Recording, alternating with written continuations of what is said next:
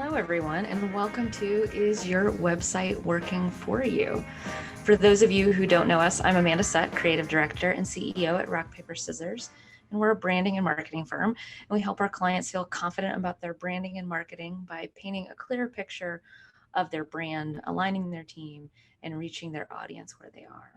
We've been in this business for over 30 years, so we've seen a lot of changing and done a lot of changing ourselves to keep up with the time, including a lot of changes to websites, something like almost over 2 decades of website changing, and it changes a lot. And I want to welcome Valerie Kinney, our senior content marketer, who will be joining me today. Good morning, everyone. Thanks for joining us. Before we dive in, we just wanted to give you a heads up that this isn't just a presentation, this is a conversation. So as we're going throughout the webinar, feel free to post any questions or comments in the chat box down in your Zoom screen, and we will discuss them in the Q&A at the end of the presentation. And for our friends who are listening after the live broadcast, still post, ask away, we'll follow up as we see your comments.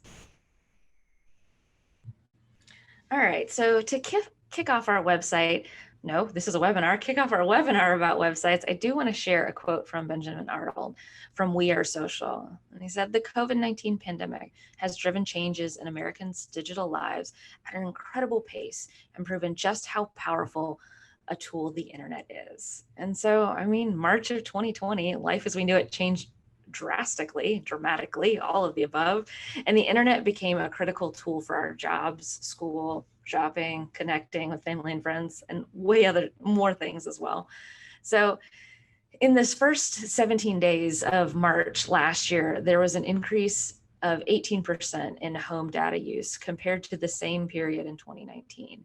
However, studies further revealed that there was a 51% increase in broadband traffic in 2020. That is astronomical. So we are starting today's webinar off with a poll. Do you feel like your website is receiving more or less traffic than at the height of the pandemic? So it's going to pop up to let you guys answer those questions. So while you're answering those questions, if anything, last year proved that having a presence online is crucial for businesses. You can't just stick some content on your website and call it a day. You need to understand how the internet and visitors view and interact with your site if you really want your website to, achieve the results that you need. All right. So one way you can think about your website is that it is the hub and the foundation of all your digital marketing, because your audience will end up there at some point as they follow your story. So this piece should be the foundation for visual branding as well as your content marketing. So with that in mind, today we're going to look at some tools that you can use to help you understand how others view your websites so you can turn it into a lead generating machine. So first thing is the Grunt Test. People don't read, they scan. And so when you think about that, it is important that your content and your images, the overall layout of your website, plays into that fact that people don't really read things thoroughly. So think about that increased amount of website traffic and online traffic last year, and people having even less time to accomplish what they need to. You need to make sure that your website very quickly explains who you are and how you can help your audience. So we're really big fans of Donald Miller's Grunt Test to help you determine how your website is measuring up. And the idea behind this test is that your website should be so easy to initially understand that even a caveman could figure this out with 3 simple questions. And those are, what do you have to offer? How will it make your customer's life better? And what do they need to buy or do to get started?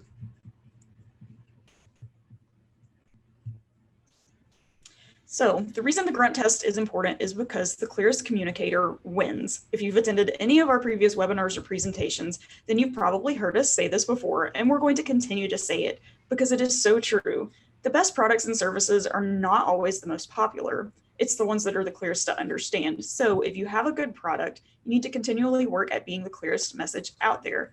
If you're not consistent, you are making your audience work harder, and they may just move on to another organization who's making it easier for them to get what they need. So before you start adding tools to your website, you do need to have a very clear vision about what your website does for your business. Does it help people find the right location? Does it position you as an expert? Is it where your sales transaction happen? Is there a hub that your audience logs into for secure information? Are there a hub of critical information for your community? You could be one of these things or multiple things, or even something we have not listed. That was a very brief list. But once you have a really clear understanding of what your website needs to do for your business, then you can start making updates and adding tools to help you get the results you want. So always start with that goal in mind. So let's take some time, and today we're going to talk about some of our favorite tools so that you can start to be thinking about what do you want your website to start doing for you. Before we get to those tools, though, we wanted to remind you all that 65% of people are visual learners. So when you're looking at your website, you need to make sure you're communicating in that way that the audience will hear you best. So this means not just thinking about those words you're putting on your website, but designing all aspects of a page in a way that helps visitors quickly spot the key points of the message, i.e. that grunt test, and use as few words as possible to get the key points across. Attention spans are short. And like I said earlier, people skim more than they read. So page design really helps that flow of information, and that's why it is so extremely important.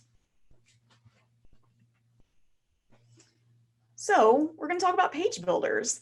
Page builders are wonderful additions for your website because you don't need a developer to build a page template or add any coding. They allow you to choose from a variety of content fields and move things around to your liking. It's a drag and drop kind of situation. And so if you don't have a WYSIWYG, that's a what you see is what you get editor, a page builder is your next best investment so that your website doesn't become outdated, and it's a lot easier to start editing and moving forward. You're always going to be getting your audience the information that they need and putting it in a place that is easy for them to find. And today, Amanda's going to tell you a little bit more about our favorite page builder, which is Elementor. Absolutely. So Elementor is our team's go-to page builder. There's a lot of them out there, but we like this one. Well, like most page builders, it eliminates coding, which is great.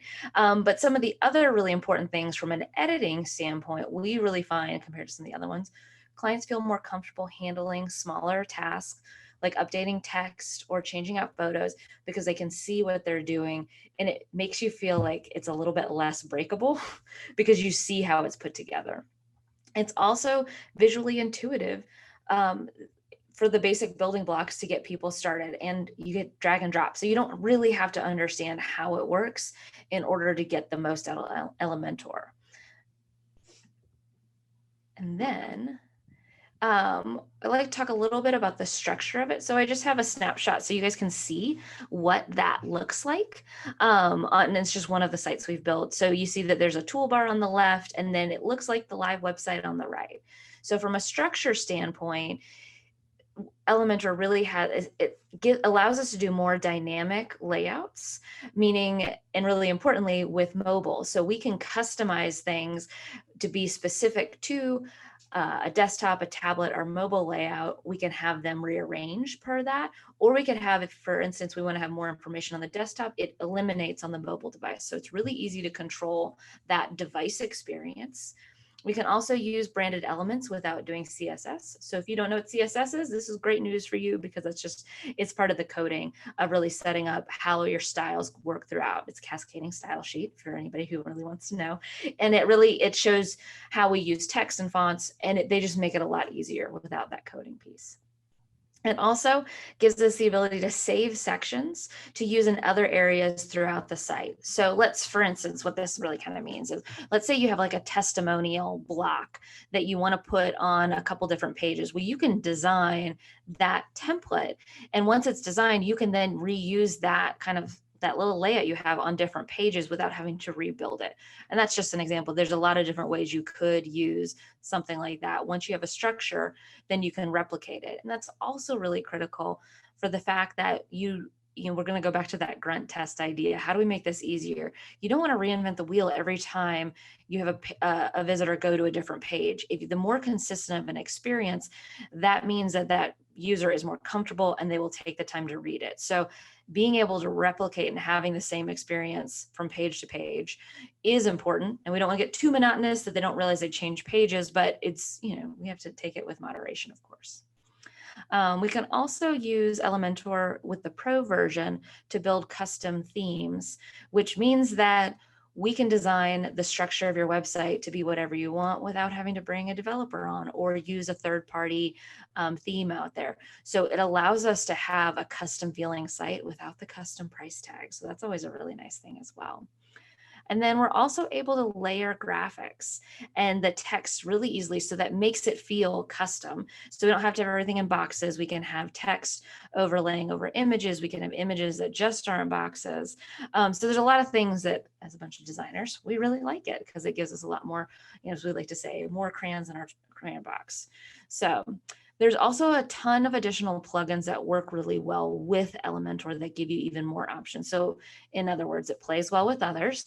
And that's always a really important thing whenever we're looking at adding a plugin to a website. We want to make sure that we're not just adding it to add it and that it's going to break other things. This really overlays and works with a lot of other things. So there are other page builders, which I alluded to. Gutenberg is probably one of the more popular ones because it's built into current versions of WordPress. So that one is a good one to look at. But if you're thinking about one, do your research and just see what fits your needs. And we just share what we like about that one, but it doesn't mean, and we use other ones. We use WP Bakery, we use Visual Composer, a bunch of others. That's just a couple to name a few, but they all work really well. We like the flexibility that Elementor has. All right, so now we talked about page builders. I want to talk a little bit about SEO audits. So with the Grunt Test, we mentioned earlier, it's a great way to test how humans understand your website. We all know that algorithms are also another huge component to people finding you. So we need to take some time to understand how search engines also see your website. So that's why we recommend quarterly SEO audits. All right. Now we're going to talk about the tools of the trade when it comes to SEO audits. There are a lot of free and cheap tools out there that can do this for you, but the information on these reports can very quickly go over your head. So one of the things we recommend when you're doing this with your website is to actually go through it with your website developer to help translate the results in a way that's easier for people who don't have all that website knowledge to understand, and then help you come up with a plan. If you don't have a developer or aren't happy with who you currently have, asking a new potential partner to go through this with you is a great way to see if they would be a good fit for your organization and see how they would map out recommendations for improvements. So a few of the tools that we like for SEO audits are SE Optimer, Neil Patel. He's a marketing guru, basically, very influential thought leader. He's got a great resource on his website. There's SEO Mater, and then there's also Siteliner. And if you're not sure how your website looks to search engines, we're happy to run a free SEO audit for you. All you need to do is email help@123shoot.com, HELP@123shoot.com to let us know, and a member of our team will run the report and send you a copy. All right, so we talked a little bit about SEO. Now I want to get into heat maps. And we also want to launch another poll to go along with this, because what we find out is that I'm really curious to know how many of you know about heat maps or heard about it. So just take a second to fill that out. Oh, good. Somebody who doesn't know what a heat map is, so we can learn. All right, so it's another great measurement tool to see how your website is performing. It uses, I'll show you a picture in a second. So if you have a store, this is kind of explain how this works. If you have a store, you can watch people go through your space and interact with your product, but that's not something you can really do on your website. You put it up there and you don't know how people move around it. So kind of working through the process of building a website, we build a website with a theory of how we think users will flow through the site using best practices. But remember, it's a theory because we want it to be a reflection of your brand. There's going to be some custom things in there. So we're going to launch it with as much experience as we have, but sometimes things are great and we want to know it's great. Sometimes they're not. So what it does is it's another tool that we can install on the website to show how people are currently using your website. So I'm showing a picture right here of one of the sites we've built, and you can see that it has an overlay, all these little bright colored dots, and that's showing where people's where their mouse or finger is and where they're clicking the most. So this is telling us what the most popular pages are. They're the red in the navigation, those little blots, they're telling us which places people are going, but it's also showing us, like in the middle of that hero image, a lot of people are clicking that call to action. That's great. We want them to do that. And they're understanding that the blocks below are also buttons. So that's telling us that's working really well. But on the flip side, some things, if we're looking at this, I can see that this middle block, that's the light blue, light gray, depending on what your screen looks like, not as many people are clicking that one. So we might want to look at, okay, the one on either side are doing well. Why isn't that one as important? So that just allows us to have better conversations to understand what's going on with that. So we have some tools that we really like, and some of these are free, and that's all of them have a free version of it. So Hotjar, Full Story, and Crazy Egg are all good tools to be able to look at, to install it on the backside of your site, just like Google Analytics or another analytic tool, and it'll start generating reports so you can see what it looks like and what that looks like. And they, of course, all have a paid version that gives you more analytics and more detail. But if you haven't done this before, it's really great to just go ahead and start with that free one, just see what it looks like. All right. So next, we're going to talk about data dashboards. This is the kind of stuff I like because it's letting you see your marketing KPIs really quickly. And you want to be able to kind of quickly see how your marketing efforts are doing, the results that they're generating. That's essential because you need to know if it's not doing well. That's your key. Okay, we got to start making improvements. We live in an age of distraction and an abundance of data, so it's very easy to follow those bright, shiny, pretty objects that don't move your needle, but those aren't the ones that are going to get you the results. That's why data is so important. So first things first is Google Analytics. Yeah, so Google Analytics is always a great tool. It's free. It's offered by Google, and it helps you analyze your website traffic and gain a better understanding of your website visitors, so you can evaluate the performance of your marketing content and all those fun things that we like to measure.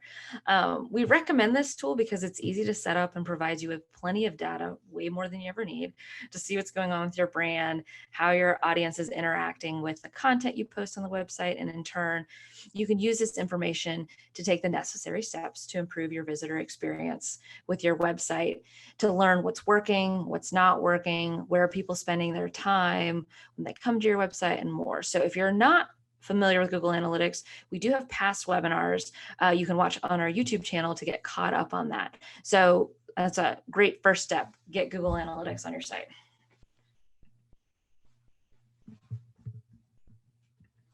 All right, so another tool that we recommend using is called DataBox, and we like it because it allows you to build a dashboard of your key performance indicators, those KPIs, and it lets you take time to schedule regular review, whether that's weekly or monthly, to check out this data. And the nice thing about it is you connect your different platforms, your website, your Google Analytics, social media, lots of different things can be added in here. And then the key metrics that you want to track so that you're not getting overwhelmed. And then it's just automatically tracking that information and you're not having to spend a ton of time compiling it. So to get a tool like this, there are a few things you need to know or have on hand.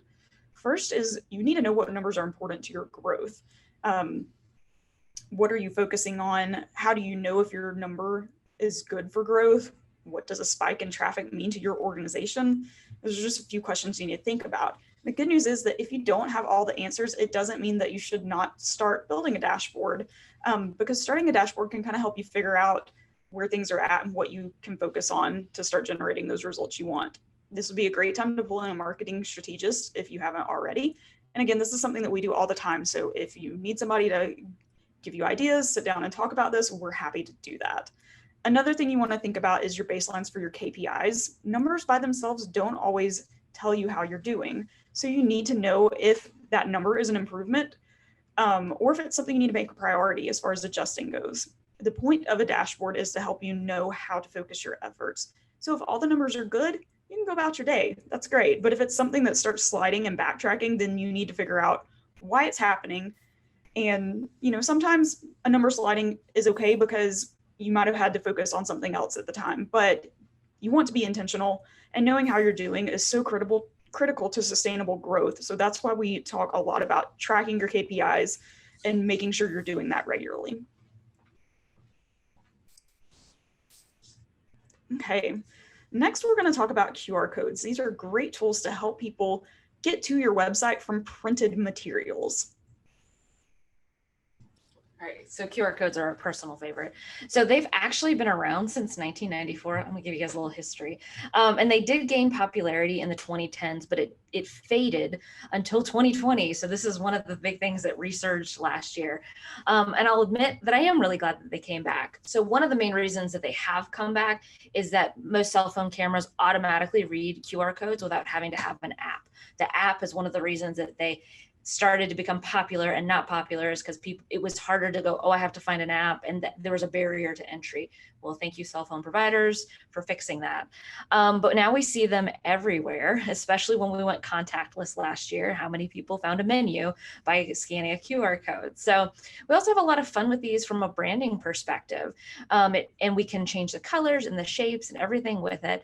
And the reason we bring this up from a website perspective is this is a great tool to drive people to a very specific part of your website. So if you're doing a specific campaign or have a landing page or an article or a menu, you just take people straight to the right place that they need. And I think a restaurant is a great way to explain that, is you could make people go to, restaurant.com, then they have to go to that homepage, then click on that menu. Well, you're slowing that process down, and people are hungry, and then they get grumpy, and they're already frustrated because it's a pandemic. So if we can get them there in one click by scanning that and take them straight to the menu they want, we just made that so much easier for them. So we don't have to just do this in restaurants. We can do this in a lot of other places. So our two favorite tools for QR codes are QR Monkey and QR Code Chimp. So obviously it's all about the monkeys.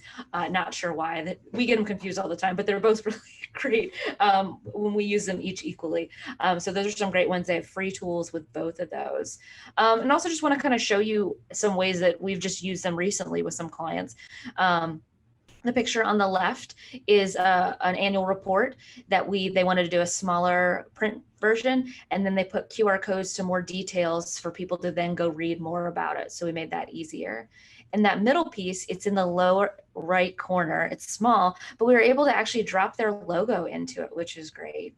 And then on the one on the right, we use the QR code within the brand's logo. So we kind of made it interesting. Their typical brand has a solid blue dot, and we drop that QR code right in there. So it just makes it really classy. And so it's just, there's some fun ways that we're able to change that shape, color, to blend it in so it doesn't feel like this very hyper digital thing. But anything we're doing with print, we can print a smaller piece, take people to more information on the website. The other advantage to that is as content changes, it's very easy for us to update content on the website. So we can feel more confident about sending things to print without all those details on it, knowing it's going to change. Or a lot of stuff that we've done in the last year, things are changing so quickly that we don't know how long that information is going to be relevant. Well, we take that fear and that hesitation out, because we can have a very generic statement on a printed piece, and then we're continually updating a website so that everybody has the same information. So that's just a very strong communication tool as well. All right, so when you have the tools, it's important that they talk to each other, otherwise it's not going to help you much. So that's where investing in technology becomes extremely important, to help your various tools start communicating, talking to each other, and supporting your audience's online experience. The most recent stat that we heard in the last 18 months is that our whole population has advanced with technology in what would normally have taken us 7 years on our pre-pandemic trajectory. Technology is not going away, we know that. It's only going to increase and get more complicated. So invest now to set yourself up for success. All right, so the things that you will need when you're thinking about your investment in regards to this is, one, your website. Of course, that's what we've been talking about today, but you need to think about it being more than just a brochure. So this really needs to be a tool that you invest in that has the ability for you to integrate other technology, like an internal hub for your staff, or your clients, or a CRM, which is the other tool that I want to talk about. which is really important. You need a hub. A CRM is your customer relations management tool, CRM. This is another critical piece that you want to integrate with your website for your email marketing and other workflows for your organization. If you have somebody sign up on your website for more information, man, it's really great if when they enter their information on the website, they get automatically populated into your CRM so that your sales team can then immediately follow up with them and they can see the history of content that they've looked at.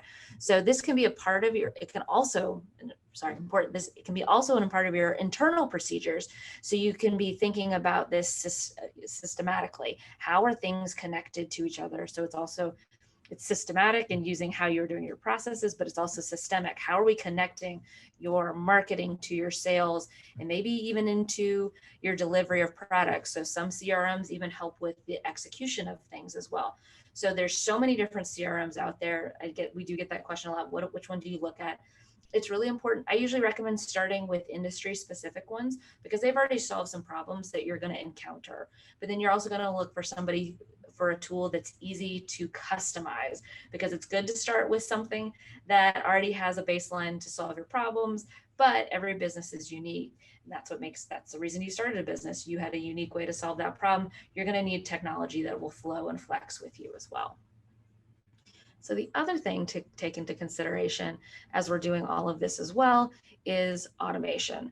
So the days are not getting any longer, but we still continually have more to do. So using technology to start automating as much as you can to help you stay focused on the work only humans can do is a really important thing to start thinking about with your website. So website isn't a standalone thing anymore. It is the pathway to other things. And so we really need to think about how this is connected. So those are kind of like the three main hubs, and you don't have to do all these at once. But you want to be thinking about the big picture as you start to go through. Pick one. You can pick one a year, go through it, figure it out, then add the next thing, then add the next thing. But they're not going to go away. So that's the main thing to be aware of. All right. Okay. That's a lot of information. So we're going to open the floor for questions now. If you have any, please go ahead and post them in the chat. We do have some that we've received in advance. So Amanda, we're going to get started with these. First question is, if I can only do one of these things, which should I do first? Well, we covered a lot of things. I usually recommend starting with an SEO audit as the first thing. One, it's easy.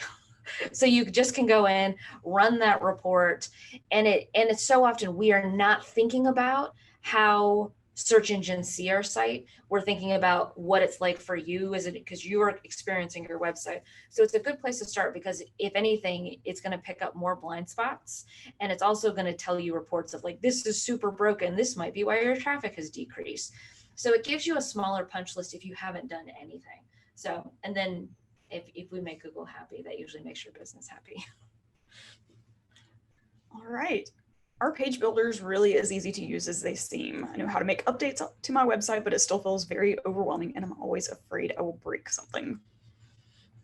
They are easy. It does take a little training. So anytime we set up a page builder with a client, we always create some videos and we do some training. But there's also this amazing thing called YouTube that has a ton of training videos as well. So any of these page builders have tons of videos out there. And the neat thing about what we're seeing is, yes, the developer has created, so if I'm talking about Elementor has created a ton of videos, but a lot of their users have also now created videos and have their own channels on it. So it's really easy to find somebody who's already done what you're doing. We're big advocates for video training because you can pause it while you go figure it out. And then it's also easy if something's broken for your developer, you take a screenshot of the video and say, this is what this says it should look like. And then you say, take a screenshot of this is what it's doing for me. So it helps you communicate. You don't have to go, well, it didn't work. Well, I'll tell you as a developer, that doesn't help me. I can't solve your problem if you tell me it didn't work. I need a little context for it. So that really helps it. But it is easy. It really is drag and drop. Give yourself time to learn it though. I mean, it's a new tool. So it's not necessarily you're going to step in and be immediately good at it. Have somebody help you. Next question, how often should we look at reporting? Okay, so there's often. it's also conditional. Let's start with, so was just saying SEO reports are great. So let's talk about SEO reports. I usually recommend running those quarterly. You don't need to look at those too often because typically you might have some structural updates or content updates. It's going to just take you a while to do it.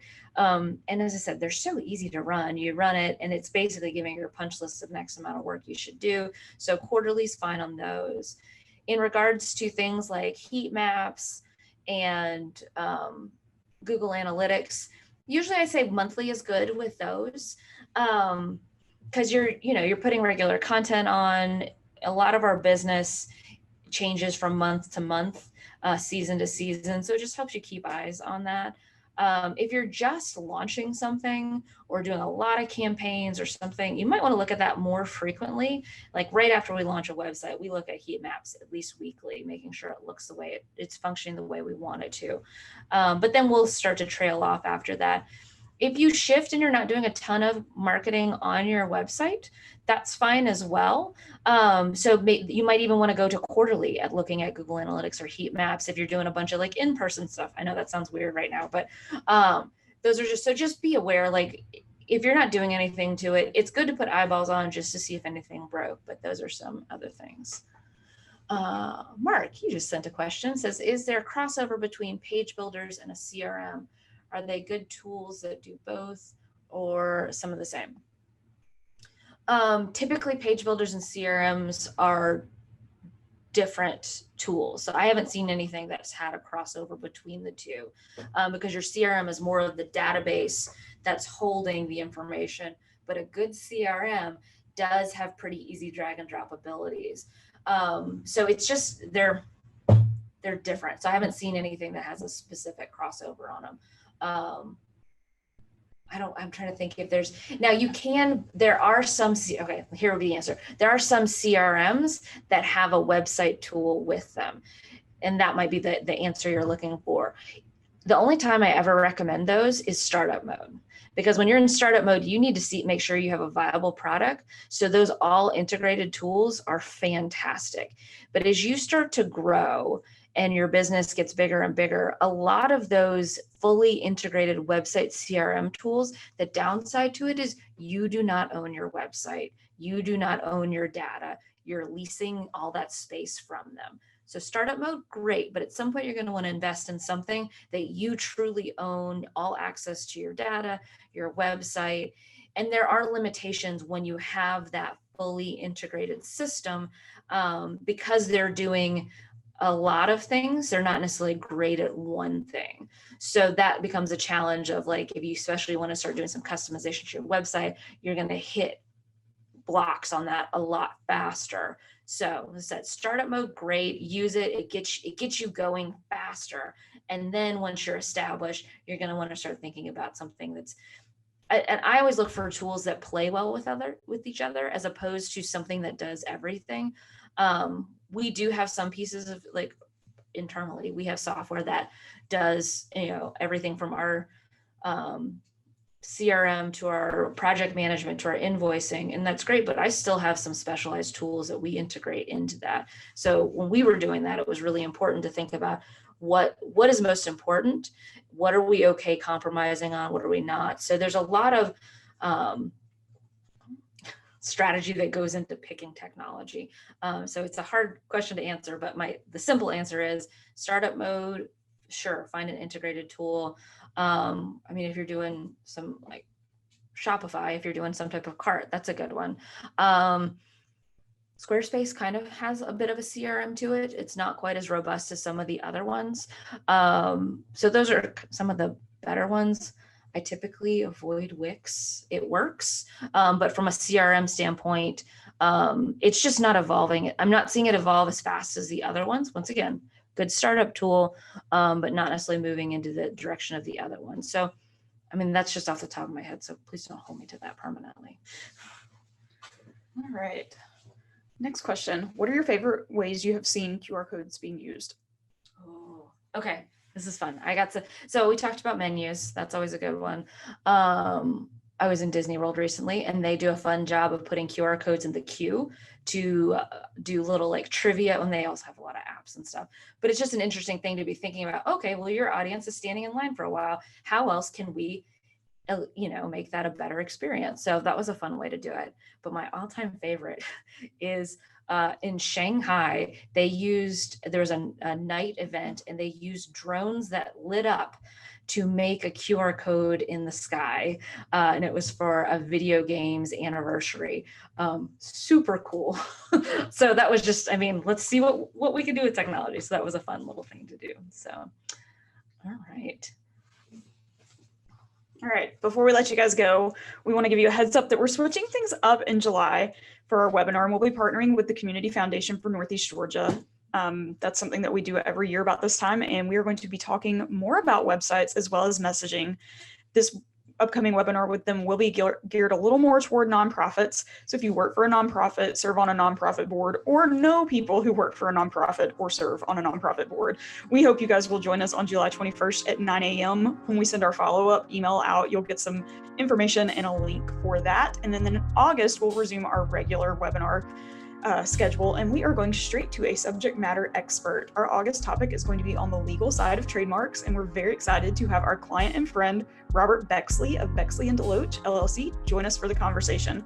Trademark registration is one of his practice's areas of expertise, so we know Robert will have a lot of great information to share, so make plans to join us, and that will be on August 31st at 1 p.m. Thanks for joining us, and we'll see you next time.